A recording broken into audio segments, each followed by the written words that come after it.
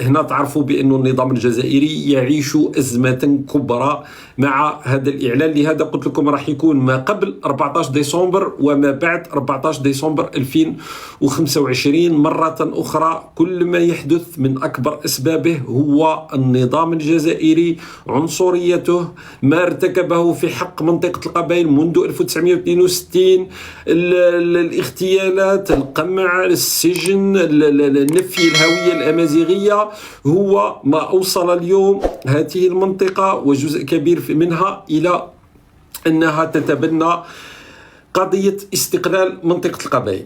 معناتها أننا نعيش، تعرفوا أنه أنا رأيي واضح جدا من هذه القضية. أنا بالنسبة لي إحنا تحصلنا بعد الاستقلال على حدود قوامها 2,381,000 كيلومتر مربع أعطتها لنا فرنسا.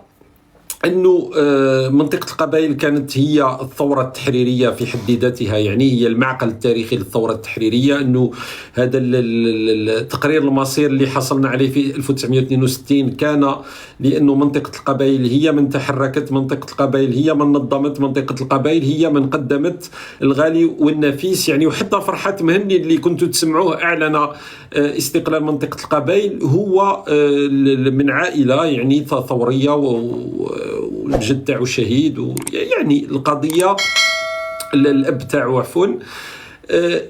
معناتها أنه نحن أمام إشكالية كبرى اليوم، لأنه الناس ماهيش فاهمة أنه 14 ديسمبر هذا راهو موش هو الموضوع. 14 ديسمبر ليس نهاية، ماهوش أمر تحقق. 14 ديسمبر الكارثة الأكبر لو كان الأمر خلاص رانا تعايشنا راهو صار 14 ديسمبر وتجاوزنا الأمر. لكن الإشكالية أنه 14 ديسمبر هذا هو بداية، هذه هي الكارثة الكبرى. أنه 14 ديسمبر ما نعيشه اليوم هو بداية لأمر، ليست نهاية ولا هدف تحقق. لو كان هدف تحقق ربما يكون أهون من أننا نعيش الآن بداية يعني مسار جديد. شوف وين وصلنا النظام الجزائري بحماقته. دركا باب جهنم تفتح وهلما جرا.